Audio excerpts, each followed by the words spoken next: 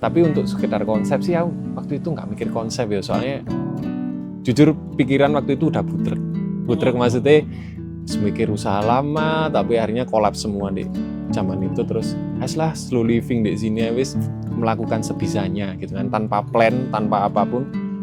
Kalau membangun usaha besar kan modalnya besar juga mas. Akhirnya ya wis lah bikin 3x4 ini aja ruangan ini sebisanya. Ini kan paletnya juga kayu-kayu bekas semuanya, tanpa gambar aneh-aneh, pokoknya berdiri aja lah kayak gitu. Ya situ. Makanya aku kalau dibilang orang-orang di sini cafe atau coffee shop itu sebenarnya kayak aduh kayak terlalu mewah ya. Makanya aku lebih suka nyebutnya warung kopi. Sesimpel itu.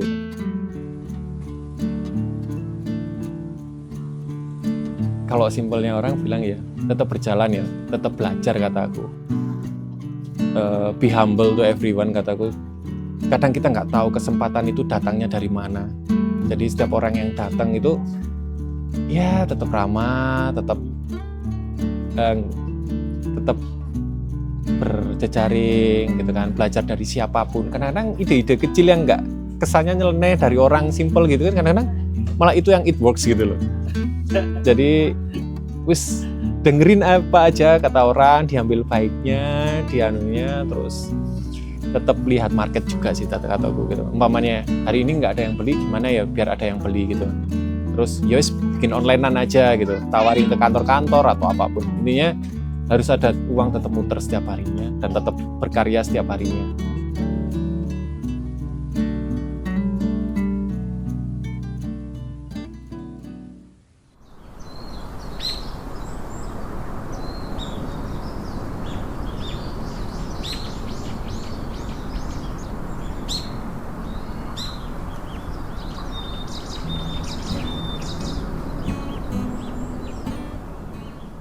Di tengah-tengah sejuknya udara pegunungan Kota Batu, belum afdol kalau belum singgah atau mampir di sebuah tempat yang menggabungkan keindahan alam dan kehangatan secangkir kopi. Ini adalah cerita tentang Akar Kopi yang memulai perjalanannya dari sebuah warung kopi kecil hingga menjadi destinasi yang ramai dikunjungi.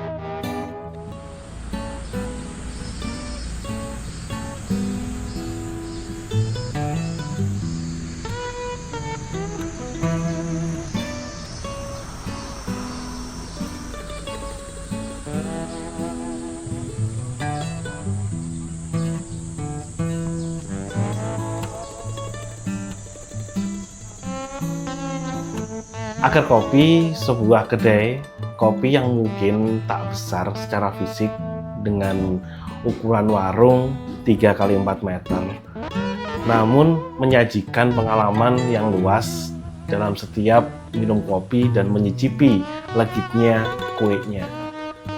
Dengan kolaborasi konsep garden, perpustakaan, dan musik, tempat ini menjadi oase bagi para penikmat kopi, pencinta buku, dan traveler yang mencari ketenangan di tengah kesibukan kota. Mas ada apa aja mas?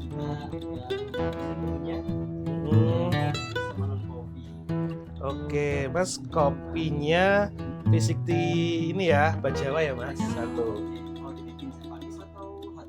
Dibikin hot aja mas. Oke, siap. Kayak gitu. Terus snacknya? Kalau Gimana? snacknya ada di sebelah sana di Apugo. Oh pukul ya. Iya. Oke, siap mas. Makasih. Iya mas. Tak kesana dulu. Oke, nanti tak ada ya, mas. Siap.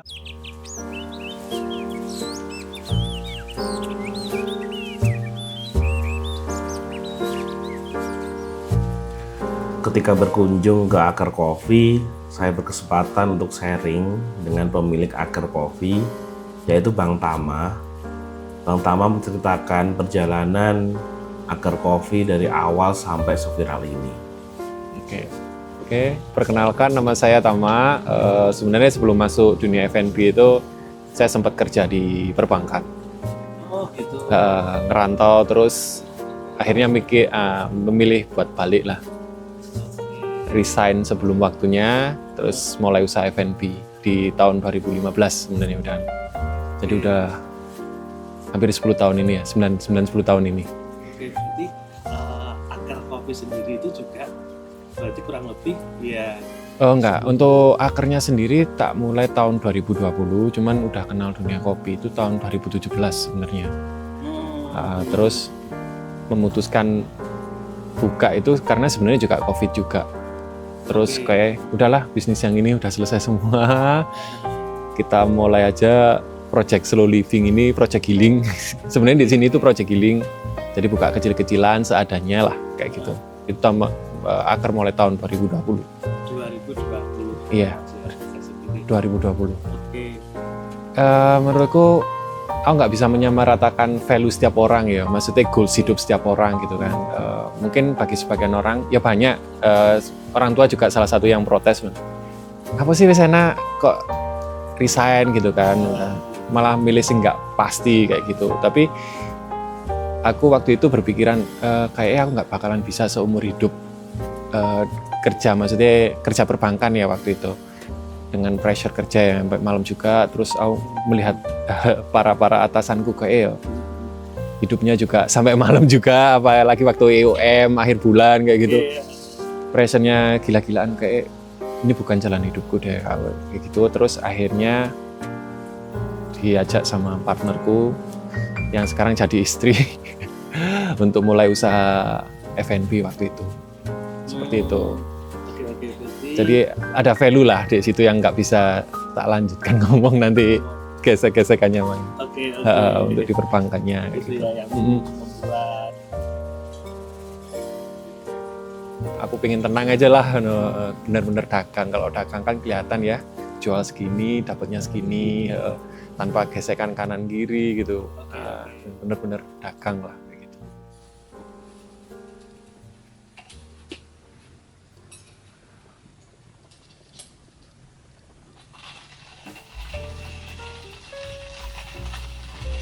Aku ngelihat gini, untuk bisnis lain ya, aku ngerasa capital dari segi modal itu kan besar banget.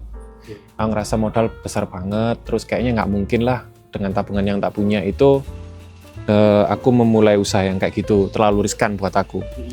Kemudian dengan modal seadanya, kalau F&B itu kan modal seadanya bisa kan ya, meskipun katakanlah uang 5 juta itu bisa jalan kayak gitu.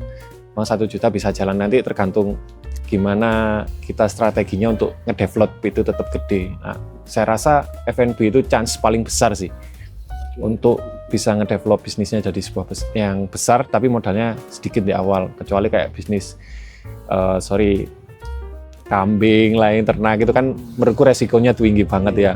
Apalagi kalau F&B kan perputarannya cepet, apalagi goals awalku kan yang penting dapur ngebul dulu ya, nggak kakan pola istilahnya.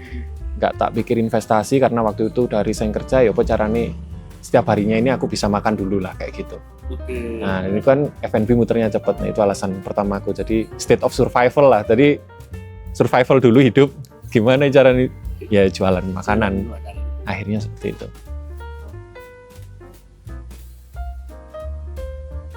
Kalau awal mulanya kan itu tahun 2020 ya, itu waktu pandemi gitu kan, terus ya usaha udah selesai semua, beberapa usaha yang di jalan besar kan nggak mungkin buka juga gitu kan. Akhirnya ya setelah ditutup semua, dengan aset-aset barang yang ada itu akhirnya bikin aker seperti ini. Dengan ruangan yang cuma sebenarnya 3x4. Ini kan dulu lahan sawah kan, seperti itu. Lahan sawah di depan rumah, kebun gitulah. Sekalian bikin ini, sekalian bikin rumah. Akhirnya awalnya kayak gitu. Tapi untuk sekedar konsep sih, aku waktu itu nggak mikir konsep ya, soalnya jujur pikiran waktu itu udah butrek maksudnya mikir usaha lama, tapi akhirnya kolaps semua di zaman itu. Terus lah slow living di sini wis melakukan sebisanya gitu kan, tanpa plan, tanpa apapun. Kalau membangun usaha besar kan modalnya besar juga Mas. Akhirnya ya wis lah, bikin 3x4 ini aja ruangan ini sebisanya. Ini kan paletnya juga kayu-kayu bekas semuanya, tanpa gambar aneh-aneh, pokoknya berdiri aja lah kayak gitu. Ya situ. Makanya aku kalau dibilang orang-orang di sini kafe atau coffee shop itu sebenarnya kayak aduh kayak terlalu mewah ya. Makanya aku lebih suka nyebutnya warung kopi. Sesimpel itu. Dengan aset yang ada kayak ini bangku ini umurnya udah 9 tahun kayak. Ini yang tertua ini kan, kayak bangku tempat duduk ini. Jadi aset-aset sing ono ya wis lah dipakai. Kalau konsep garden sih waktu itu kan jujur gak bisa ngapa-ngapain ya, nunggu konsumen ya bingung ngapain kayak gitu kan. Akhirnya ya wis lah nandur satu, waktu nandur ini disiram. Intinya gerak aja lah setiap hari waktu itu. Pengen gerak, nggak mikir budrek gitu kan, harus gerak, tubuh kan harus gerak, terus sampah-sampah ya tak buat mupuk, gitu ya gerak intinya buat konten everyday. Gitulah, melakukan sebisanya waktu itu.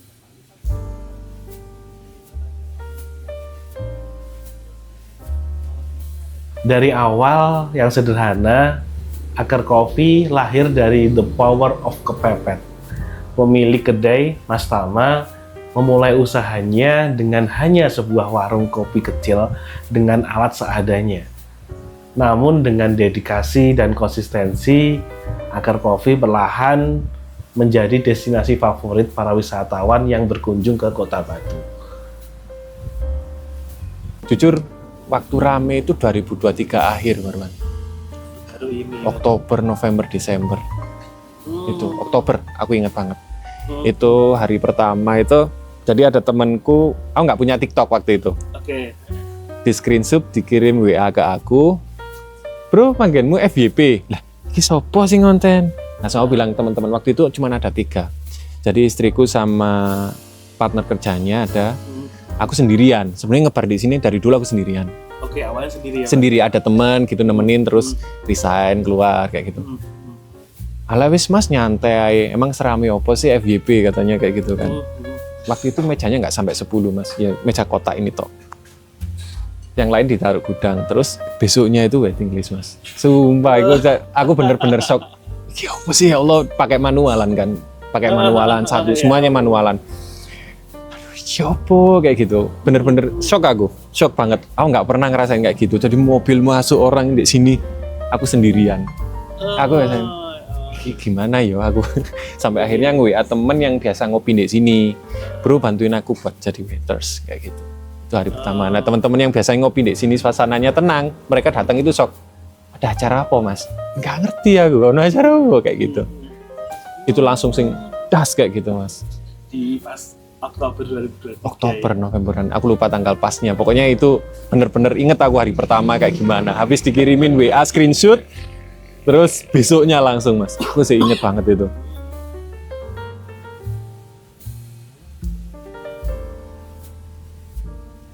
Kalau realitanya sih sebenarnya kalimatnya simple ya, karena aku nggak punya apa-apa lagi.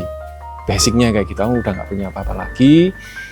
Istilahnya kalau orang nyari kerja juga nggak mungkin, aku udah nggak, usiaku waktu itu pikiranku kayak nggak mungkin deh nyari kerja di pandemi kayak gini kan. Apalagi yo sing bisa tak lakuin. Tapi pada akhirnya ya tetap istri sih yang meyakinkan. Iso di sini kayak gitu. Jadi waktu itu aku bikin kopi, istriku bikin cake. Nah, waktu sehari cuma 1-2 orderan, itu tadi yang penting kesehariannya bisa makan gitu. Itu batasannya di situ mas. Jujur, mamane sehari makannya butuh berapa nih? 50 atau sampai 100 ribu gitu ya? Yo siapa caranya mampu ngejual seharga segitu gitu loh. Segitunya, state of survivalnya itu kan. Dari kerjaan yang tak lakuin setiap hari itu tadi, kan kalau orang lihat omset kan kayak, aduh statis banget ya hidup kayak gitu. Iya, 100 benar, kayak gitu. Dari tanaman yang tak tanam sebenarnya mas. Oh, moro-moro besar ya segini.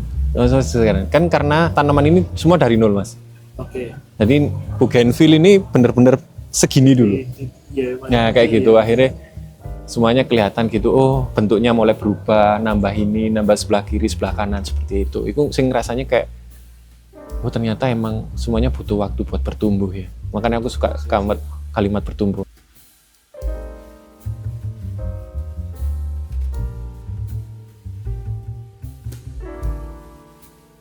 Ketika aku memulai usaha ini, aku akhirnya menemukan nilai bahwa kayak emang orang yang bikin usaha bener itu kayak gini deh, dari bawah ke atas. Bener-bener tahu requestnya konsumen, mintanya konsumen, diperbaiki ini. Itu. Jadi nggak dikejar-kejar investor, tapi lebih ke arah develop, bener-bener bangun diri sendiri seperti itu.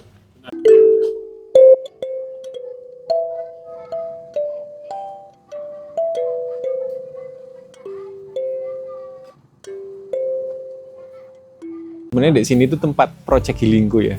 Jadi healing, tempat healing gitu kan. Aku lebih suka buku, terus aku suka musik juga gitu kan. Jadi mungkin kalau dilihat reelsnya ke bawah di sini tuh ada piano, ada keyboard, ada sound card recording, ada buku, ada gambar ya. Aku ngerasa iya sebenarnya ini tempat kerjaku. Kasarannya kayak gitu. Tadi kayak ruang kerja sebenarnya kayak gitu. Jadi umpamanya lagi malas ngapa-ngapain ya berdiam diri di situ tok itu udah buat aku nyaman sebenarnya kayak gitu. Itu sih goals awalnya di situ. Jadi nggak konsep memang, cuman tempat ini yang bikin aku healing gitu. Tempat ini yang bikin aku bahagia. Jadi akar itu. Suka kopi, suka musik, suka buku, suka tanaman, ya jadiin satu lah di sini kayak gitu.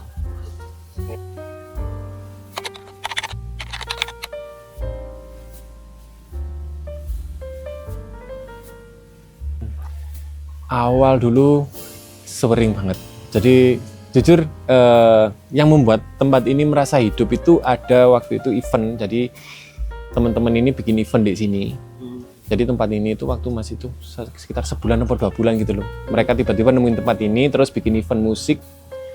Yang waktu itu pandemi nggak bisa di mana-mana, ini tengah sawah boleh. Akhirnya ada sekelompok orang yang setiap hari itu hampir ke sini mas. Jadi waktu itu mereka baru lulusan SMA, sekarang waktu itu awal-awal masih mau kuliah lah ya. Kalau pada ini mereka hampir setiap hari ke sini ya, ada 5-10 orang itulah. Setiap hari ke sini ngajak aku ngobrol. Waktu itu kan stres ya namanya bapak-bapak, usaha tutup, terus ada anak SMA barusan lulus, ngejak ngobrol guyonnya gak karuan, aku ketawa-ketawa sendiri. Aku berpikir, hari ini aku berpikir, jujur aku bertahan juga karena mereka mas. Secara mental ya, secara mental bahwa oh masih ada orang yang percaya dengan tempat ini. Sampai sekarang mereka yang main ke sini, tapi mereka udah kerja, udah lulus, satu udah jadi guru, ada yang jadi wartawan kayak gitu. Jujur aku berterima kasih ke mereka, kayak gitu. Ini ya menemani saat itu. Iya, mereka bener-bener dia ngebang, dengerin curhatannya mereka, entah itu cewek, entah masalah tiba-tiba membahas bumi datar, apapun. Coba aku kan waktu itu usia berapa ya, 30-an lebih aku udah nih mas. Terus ada teman-teman, kan teman-teman usia sebaya udah nggak ada ya. Ya. Teman-teman ini Sibuk, sibuk dengan rumahnya sendiri, terus ada teman-teman baru yang usianya masih teenage 18 gitu kan. Akhirnya emosional mereka, kebahagiaannya mereka itu nular seperti itu. Kayak gitu. Jadi ya sebenarnya mereka lah yang juga membuat tempat ini konsisten, aku bisa konsisten kayak gitu. Secara personalnya sih sebenarnya visi misinya Akar itu simpel sih. Soalnya aku pingin hidup dari sini aja kayak gitu. Aku pingin bertumbuh. Kalau orang ditanya tumbuhnya sampai mana gitu, aku juga nggak tahu. Selama nanti bisa bertumbuh dan tak jalani yo, tak jalani kayak gitu. Kayak dulu aku sendirian bisa ya wis. Ternyata rame, aku nggak mampu sendirian ya tak ajak temen. Kayak. Terus kemarin ada yang tanya, mulai udah banyak tanya, Mas nggak ada coffee beans yang bisa dibawa pulang? Oke, itu potensi baru lagi. Pokoknya intinya aku sini sih. Aku pingin bukan hanya tentang aku aja yang di sini bertumbuh. Jadi orang-orang yang main ke sini, teman-temanku yang ke sini itu bisa bertumbuh. Nah, definisi bertumbuh setiap orang itu kan beda-beda. Sebenarnya aku nyebut tempat ini itu Getuk sih, Gedang Kluthuk. Karena ini tempat sebenarnya kakekku dulu tani kan. Kalau rumahku kan dulu di sana ya, orang tuaku besar di sana. Enak Gedang Kluthuk kayak gitu. Jadi aku nyebutnya tempat ini Gedang Kluthuk. Aku pengennya tempat ini sih ya bertumbuh ya, bertumbuh terus gitu kan. Terus yang merasakan impact di sini itu bukan aku aja. Aku masih bakal banyak berkolaborasi dengan banyak orang, entah itu baik dari segi brandingnya atau entah event-eventnya kayak gitu. Tetap konsisten lah, kayak yang mimpiku itu tetap konsisten kayak gitu. Untuk pemilik Anggar Coffee, ini bukan sekedar bisnis. Ini adalah tentang kita bisa bertumbuh bersama, bermanfaat bagi orang-orang sekeliling kita.